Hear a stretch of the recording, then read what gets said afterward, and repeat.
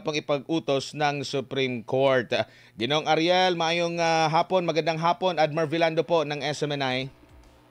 Yes, magandang hapon po. Magandang hapon po sa lahat na nanonood at nakikinig sa inyo dyan sa SMNI. Opo, Sir Ariel, nung narinig niyo po na ibabalik ang NCAP, ano po ang unang pumasok agad sa isipan ninyo? Though ito po ay i-implement lamang dito sa Metro Manila, particular dito po sa EDSA and C5. Actually po, nung nag-file ang MMDA, alam po namin nag-file sila ng petition dahil nga po gagawin itong EDSA, no? Ang pagkakasabi nila sa akin noon na yung po pagpapile doon para doon i-rehabilitate ang EDSA para po hindi na masyadong maraming mag-violate. So doon lang sa area na yon. So kaya po hindi kami tumutol. Actually, alam po naman namin, no? So nung lumabas po yung kanilang petition at yung order po ng Korte Suprema, hindi pa kami nag-isip kasi okay pa naman dahil alam naman namin na nag-file sila kaya nga hindi kami humarang kasi nakaalam naman namin na binigyan ng TRO yan. So dito na lang po itong huli, I'll wait for many days hanggang ngayon, medyo nakita ko na po na medyo bakit nagkaroon na ng C5. Okay, first day. Second day, meron na pong ibang lugar. Ngayon po lahat na nakita namin meron na. Para bang, teka muna, hindi naman ito ang pinal ninyo Then ang hinihingi namin ngayon dito is, una, ano ba ang order ng MMDA, ay ng Korte Suprema sa petition ng MMDA? Bakit hanggang ngayon hindi lumalabas sa media? Wala kami nakikita. Di ba? Kasi doon namin malalaman kung ano yung talagang order ng Korte Suprema. Pangalawa, nakarinig po ako, ito rinig lang naman, marites lang, na kaya dumami ang ginagamit na camera, yung camera ng mga private na entity dati. Na parang umaako, MMDA, tika muna. Kailangan namin na investigasyon ito kasi nagtataka kami, dati-dati nung nag-file kami, iilan lang naman ang camera ng MMDA, hindi naman lahat. At ngayon, lahat na. So, yung mga nire-reklamo namin, medyo stand po namin ngayon is harangin ito ulit, itong mga lugar na sinasabi, maliban dun sa EDSA, pakita muna sa amin ang order po ng public documents naman yan dahil galing yan sa petition ng taong bayan, di dapat po ilagay yan o ipakita yan sa media talaga, i-post yan sa mga newspaper, sa radio, sa TV, ano ba talaga yung order ng Korte Suprema ng ating mga mahistradong nag-approve niya na ilip yan sa mga ganitong lugar, ano-anong lugar lang. Una muna, meron po ba kayong masamang karanasan noong ipinatupad po or nakuhang mga impormasyon na parang nakapaglagay sa inyo ng maraming question mark dito sa NCAP noon bago pa ito na TRO? Opo, ako na po, isa na ako, no? Kasi nga, unang-una, yung pong mga stoplight, wala namang nakalagay na numberings, no? Basta kulay pula, green, go, then orange, then pula. So, yung pong ganung bagay, maiipit ka sa gitna, ang the middle, po, ako mismo nakasuhan dyan, no? Then yung mga complainant po dito sa may mag-safeguard, going to Cubao or going to Manila sa papuntang Legarda, ang lead po niya, pag tumungtong ka lang doon sa tinatawag na bicycle lane, huli ka na. No? Ang dami po mga mali. Then, yung pong nagmamaneho lang ng mga taxi driver, mga jeepney driver, nahuli pala, hindi namin alam, hindi alam ng operator. Pagkatapos po nun, magugulot ng operator pag linyo niya, ang dami niyang violation, kailangan 300,000 na. May isa po, nagpunta pa sa bahay ko, personal. Umiiyak kasi nagdi-deliver lang siya ng gulay, mula po kukuha siya diyan sa Balintawak or kaya dito sa Divisoria. Yun po, ang dami niya, umabot ng 392,000 yung kanyang penalty. So kaya po nagkaisa kami noon, natutulan ito, kaya kami nag-file ng demanda. No, kasi po ako rin yung nagsimula rin talaga nito, kami ng laban TNBS, mga taxi, mga TNBS group. Talaga pong may problema kasi private po yun noon. Yung MMDA po kasi government. Nagtataka lang kami, bigla ngayon, halos lahat, parang yung design ng private, parang lahat ng area ng private, pinasok ng MMDA. Kamuna, ano ba talaga nangyayari? Medyo, alarming na masyado. Opo. kabilang sa mga reklamo na natanggap namin, na monitor namin during sa implementation nitong NCAP, dahilan para questionin ito is, una, matagal magpadala daw sila ng love letter. Tama po ba yon? Yung notice of yung violation, napakatagal. Kasi meron din kaming kasamahan dati rito na umabot pa ng mga ilang buwan na yung nakapag-violate, hindi pala yung may-ari ng sasakyan, kundi ang kanyang hinire na driver na kalauna nung natanggap na niya yung violation, abay direkta sa kanya, pero yung driver na nakagawa ng kasalanan na yon, wala na sa kanyang nag-resign na sa trabaho. At yun nga, nabanggit nyo po yung accumulated na yung mga penalty. Ang isa pa, mas mahal ata yung sa mga LGU kumpara dito sa MMDA. No, iba-iba yung kanilang penalty, kaya nga siguro nakapag-decide ang Supreme Court na dito muna sa EDSA yung minamando lang ng MMDA. Pero ngayon ko lang narinig po yung nabanggit na monitor nyo po, no, na mga impormasyon na pati yung sa private na mga pribadong tawag nito, mga CCTV na ginagamit sa mga LGU, sinasabing yun pala ang kanilang inaako ng MMDA. So bago sa aking pandinig din yun. And yung sa mga jeepney operators naman, sa kanila ipinapadala yung liham or yung notice, hindi doon sa nakapag-violate, no, Sir Ariel. So ito po yung mga bagay na dapat magkaroon ng paglilinaw. Meron na bang paglilinaw sa inyo pong hanay na natanggap mula po dito sa kinauukulan kung masusolusyonan ba ito, lalo na kung napakatagal dumating yung violation, yung iba pa nga during sa pag-renew pa, doon nila malalaman na may violation sila. Tama po kayo. Yun po, ang sagot lang nila, pwede raw po kami, ay yung mga mahuhuli, pwede raw pong mag-contest kung sakaling malaman nila na sila ay merong violation. Mag-contest daw po, at ang contest pwede raw po sa online. Ang tanong ko nga, sabi ko, teka muna, yung mga tricycle driver, jeepney driver, taxi driver, hindi marunong mag-online yan. Diba? Hindi ganun kadali yan para sa mga hanay ng mga super. So sinasabi ko nga na bakit natin ipipilit yung ganun na hindi naman lahat nakakaunawa, no? So kailangan siguro rito magpatawag sila ng dialogue sa amin bago nila ipatupad. Hindi basta nilang tiro ng tiro kung gusto nila, may dapat ba sila itago, di magpatawag sila. Kompleto naman kami, may organisasyon ng tricycle, may jeep, may bus, may motorcycle, may taxi, may truck, di ba? Lahat naman kami meron, may UB Express. Bakit di nyo ipatawag, tapos magharap-harap tayo, doon natin pag-usapan, tataka kami, galing sa Korte Suprema, bigla mo ipapatupad, hindi ka tumatawag, puro ka media, pero wala kang pinupuso, ano ba talaga yung order? Ang question na namin dito ano ba po yung order ng Korte Suprema?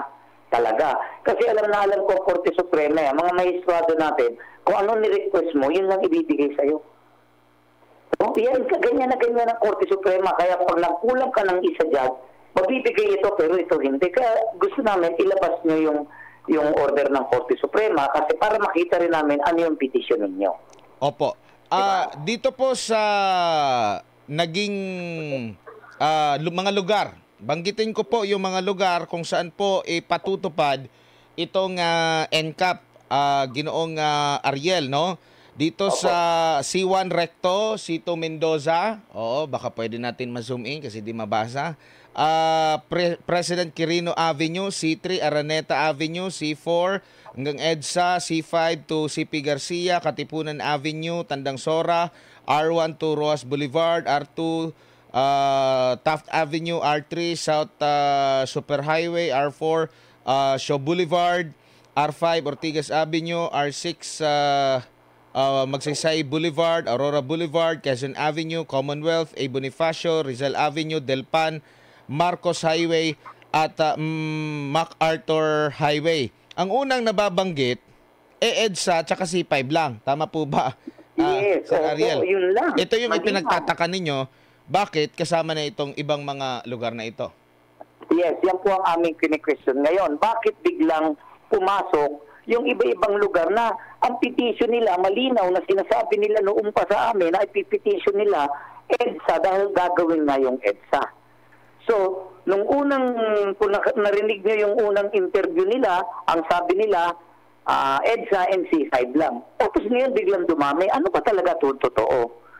So, ang gusto namin malaman, bakit yung mga nireklamo naming lugar dati, na mga area na nagkaroon ng mga complaint doon sa area na yan, bakit nandun din yung camera ng NCAP? Eh, samantalang dati ang nagmamando doon, kaya na may reklamo kasi private.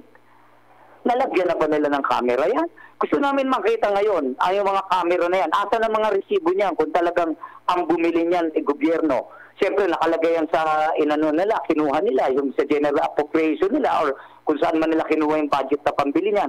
Eh ako naman po, sanay ako sa investigasyon na ganito, na saan ba nagmula, magkano ang ginastos yan, saan kinuha ang bonto. Dahil pag nalaman namin hindi yan, pag-aari ng NMDA, may problema sila. We will file pa ang ombudsman case against them. Pero, ibig sabihin, niloloko nila kami. Opo. Pero Sir Ariel, kasi dati nakakakuha kami ng access sa mga CCTV cameras, sa traffic cameras ng MMDA na ginagamit namin para sa broadcast, no? Yes, Public service, no? Itong mga nabanggit na lugar na ito, meron ding sarili na CCTV cameras naman talaga ang MMDA. So, parang may duda kayo na may ibang CCTV cameras na nakakabit dyan na inaako ng MMDA na sa kanila?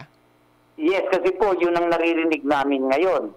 No, parang chismis lang naman to. Kaya nga, justify nila. Kasi kung mali yung chismis, mali yung marites, i-justify nila. Kasi ang tao, malilikot ang utak eh. Opo. Diba? Malilikot ang utak. At saka yun nga, questionable dun eh. Yung mga lugar na yun, kini-question namin, bakit maglalagay ka ng NCAP doon? Eh lahat doon madadali, lahat doon talaga. Dahil napakaliit ng kalsada. At hindi dapat doon ang nakalagay ang NCAP. Kasi if you are going to another countries, sa iba-ibang lugar, ang mga nilalagay na camera sa malalaki lang. Ito, pati mga looban eh. Sabi nga nila, lahat ng mabuhay lanes. Oh, patay na kami pag sinabi mo mabuhay lanes. Why? Ang tricycle po, yung mabuhay lanes, yun ang daanan namin. Tapos, reroute sa sasakyan, nandun ng tricycle, sa dulo, puro tricycle tatanakan yan. Opo. Diba? Kasi nung araw hindi pa naman ganyang karami sasakyan. Kaya yung kalsada na para sa tricycle, nung nagka-traffic, ginawa nila nilang mabuhay lanes para shortcut. Eh, nandun ng tricycle, di patay kami dyan. Tsaka, problema din po ba or issue din po ba na dapat ang lahat ng mga kanto at mga kalsada meron talagang CCTV camera? Kasi kung wala or either sira, hindi po ba parang hindi equal yung pagpapatupad? Kasi halimbawa, actually, may dati pa sa mga panayam namin with MMDA, aminado talaga sila na hindi lahat, may mga blind talaga sila na mga spot. Pero hindi po ba yung pagiging patas sa pagpapatupad ng batas na ito kung merong sira na CCTV or merong malabo yung CCTV so hindi pwede gamitin yung footage na yon in case na magpatupad nitong NCAP? Meron po bang issue na nakikita kayo na ganyan, Sir Ariel? Yes, meron po. Gaya ng sinasabi namin, dapat ang NCAP hindi lang para sa apprehension, di ba? Para rin ito sa security ng taong bayan. Yung merong pinatay doon, merong hinolda, di ba dapat dalawin eh? Di ba? Hindi lang para gawin itong pagkakitaan. Ang ibig sabihin namin, supposed to be, dapat malinaw sa amin, ano ba yung mga kamerang nilagay ninyo dyan? Standard ba ito? Ito ba ay naaayon sa international standard na dapat? So, sila lang kasi ang gumagawa kasi ipapatupad lang nila, gusto nila accept namin. So kami naman, hindi yun ang mindsetting namin. Ang mindsetting namin, ito ba ay talagang makakatulong at ito ba hindi maaagrabyado o hindi mapiperwisyo kami dahil sa walang katuturan na bagay? Ibig sabihin, yung bang camera na yan, talaga bang maayos ang pagkakalagay? Malinaw na ba? Sa mga, yun nga mga stoplight ninyo, may mga numero na ba? Digital na ba ito? Opo. Diba? Hindi namin maintindihan. Kaya nga sabi nila, hindi sila handa, pero gusto nila ipatupad. So, ang isa pa dyan na narinig ko rin kaninang umaga sa monitoring ko na medyo hindi pa nila na naipaliwanag or nabigyan ng tugon is yung kakayanan ng CCTV natin makilala sino yung driver na yon. Kasi Tama kayo, isa pa yan. ito yung common na sinasabi ng mga operator, pati yung na bakit Yes. sila yung padadalhan na hindi naman sila yung may kasalanan, and sasabihin nila na hindi, meron kaming gagawin para ma-detect. Anong klase? Kasi ever since, wala naman tayong narinig na bagong in-implement, in-install dyan dahil kaya for sa tawag nito mga plaka. Pero yung pagkakakilanlan, kahit na konting tint lang yan meron pa rin mga sasakyan na konting tint, hindi mo makita kung sino yung nasa loob. Paano ninyo malalaman kung sino yung nagmamaneho? Kasi dapat tumbok, unfair din doon sa na operator o tinikita ninyo na hindi naman siya yung nakapag-violate. Tama po kayo. Yun nga yung kine-question ko. Kung nagawa po ng Japan, nagawa ng US, nagawa ng Korea, nagawa ng Singapore, bakit hindi natin kayang bumili ng ganong klase? Kaya nga, kanina, sinabi ko sa inyo, ano ba yung binili nila? That is standard ba yan? Talaga bang international standard niyan? Ang quality pa niyan? Kasi dapat, di ba, yung mismong driver, makikita mo eh. Kasi paano wala lang kung sasabihin natin puro plaka, yun yung ang pinaka-problema natin. May mga driver lang na nakikilabas lang o may extra lang doon sa unit na yon. Diba? Hindi araw-araw, paano yun? So dapat dito, hindi dahil na nasagot nila na ang paraan nila, i-contest. Pero may contest, alam nyo pa yung pagko-contest kung gaano kahirap pag-contest at gaano katagal at paano ang abala kung mali. Binabayaran ba yung mga nag-contest? Tsaka, naman nila, ano yung magiging sa side ng magko-contest? Wala rin siyang hawak na ebidensya kasi for sure, hindi talaga, sasabihin nila na, hindi ko naalala yan. Kailan ba yan? Wala rin akong, hindi ko naman ni-record. Wala din naman akong camera na nakatutok sa aking sasakyan. For sure, ang gagamitin lang din na ebidensya is yung CCTV. Sa kanila, no? So, medyo challenge talaga yan considering hindi pa sophisticated yung ating mga CCTV. Pero huling topic na lang po, Sir Ariel, kasi maliban dito, meron namang ipatutupad. Di ko lang alam kung dati na itong ad-even scheme na ipatutupad sa kalagitnaan po ng Hunyo, sa June 16, na ang may plakang 13579 or AD ay hindi pwedeng gumamit sa EDSA MWF. Habang yung even naman, ang numero, last digit ito ng plaka, 02468, ay hindi makakagamit TTHS. Pagdating ng Sunday, Linggo, walang coding. Ano ang nakikita nyo pong problema kung meron man ukol dito po sa panibagong hakbang na naman ito ng MMDA? Alam nyo, ang problema kasi nila, ayaw nila itigil yung paglalabas ng mga unit ng bago. Tatlo, 5 na no down payment, low down, zero down, no? Tapos, ang mapikat yan sa ginagawa nilang yan, kung question ng taong bayan, kung ako mag-question, I know I can win this life, laban Bakit? Binayaran mo ang rehistro mo na 1 taon. Binayaran mo ang insurance mo na 1 taon. Tapos hindi ka pa gagamitin. Diba? Lagbayan. Kaya di dapat bawasan mo rin yung mga binabayaran mo. Diba? Ay, yun ang mga tanong, ang mga sagot, puro ban-id Ban-id program. Ang sinasabi ko sa kanila, ba't di natin tigilan? Ang sabi nila, kasi raw economic sabotage in the part ng mga may-ari ng kotse. Kako anong gagawin natin? Di, puro na lang tayo ganito. Dating ng sasakyan, wala naman nadadagdag na kalsada. Meron man madagdag na kalsada, sisingilin nyo kami, privatize. So, saan tayo pupunta? Diba? O saan tayo pupunta? Kaya nga sinasabi ko, lahat ng gagawin nila, dapat may kaakibat silang pananagutan. Hindi pwede na lang yung gusto nila. Color coding. Bumili ka nga ng sasakyan tapos di ka pagamitin sa kalsada. Nagbabayad ka ng road user tax mo. Always remember that. We pay our taxes para dumaan sa mga kalsada na yan. Tapos ngayon sasabihin mo, hindi na kami pwedeng dumaan dyan kasi traffic. Sino may kasalanan tapos dumami ang traffic? Dahil ayaw nyo itigil yung mga pati nyo kausapin yung mga company na yan na kung maaari, maghigpit sila. Sinasabi nga, wala namang parking. Nasa kalsada na nagpa-park. Pinigpitan pero may lusutan pa rin. Di ba? May sabuatan pa rin. Wala tayong nagyang katigilan itong problema natin. Dito sa ad-even scheme, walang political will Opo. Dito sa ad-even scheme po, hindi po ba parang Kasi yung usual o yung regular na ginagawa ng MMD is 2 digit 'yon every Yes, day. yes. 1 and 2. 1 and 2, di 3 ba? and 4. Ito diba? parang Ganun eh. isang digit lang eh. Hindi po ba ito parang mas maraming sasakyan? Yes, ganun ang mangyayari niya. No? Trial and error ito eh. Ang susunod niyan, pag hindi nila nakita yon, dahil umiiwas nga rin sila sa magiging reklamo ng tao, tatry nila itong 1 and 2, hindi pwede dumaan sa EDSA ng ganito, di ba? Pagka medyo nag-react, ititigil na naman nila. Then hanap naman sila ng ibang solusyon. Nagiging trial and error lagi yung ating transportation dito sa Pilipinas, especially sa Metro Manila. That's why sinasabi ko, ang gagaling kasi nang inilalagay nila. Di ba? Para bang, hindi ko nga alam kung ito ba nag-aral man lang ng transportasyon, o ito ba nag-drive ng jeep o ng taxi o ng kung ano, kaya alam nila yung ginagawa nila. Dahil kita ko hindi nila alam yung ginagawa nila, puro trial and error sila.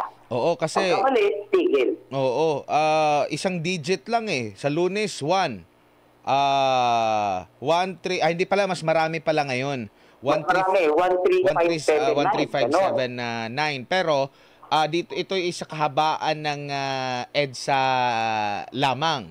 So ibig sabihin, ang mga alternatibong ruta baka doon naman magta-traffic. Yes, of course. Dahil tinigil mo doon, saan pupuntahin? Pupuntahin sa ibang lugar, imbudo naman doon. So hindi nakatulong yun eh.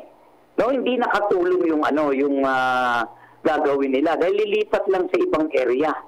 Yung 13579 lilipat sa ibang area yun. Pagdating naman ng 24680, lilipat sa doon naman sa kabila magkakaproblema.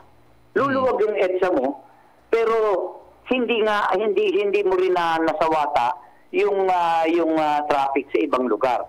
So doon ka naman yung tututok. Kasi pagpasok doon, pasok ang NCAP, patay na naman. Oo nga po. Marami-raming mahuhuli yan. Kasi alam mo, sabi ko nga sa iyo yung panguhuli, nandoon sila nakatutok, hindi para maayos ang Metro Manila. Ang mahalaga dapat talaga mapaigting pa yung mass transpo natin at maraming mahikayat mag-mass yun po ang sinabi ko noon pa, na dapat pinag-isipan ng gusto nung nakaraang dumating ang FDR, inayos na yung kalsada, yung train system na yan, mula sana rito sa Angeles, going to, di ba, hanggang sa Laguna. Nung nagpalit ng administrasyon, dahil hindi niya programa, isinel. Tinuloy naman ulit ngayon ni Gloria. Pagdating kay President Gloria Macapagal-Arroyo, naupo naman ito si Ninoy. Si Pinoy, tinigil na naman ni Pinoy. Nung naupo na naman, alam mo, ganun ang nangyayari, walang continuity. Sayang ng pera, sayang ng pinagpaguran. Kasi nung panahon namin, I was a secretary that time. Diba? Isa kami sa nag-ayos nung riles para matanggal yung mga mag-relocate ng mga tao ron. Anong nangyari? Ginala, may mga nakatayo ng poste, may mga bakal na ron. Ayun, nasayang lahat yun dahil nabulok.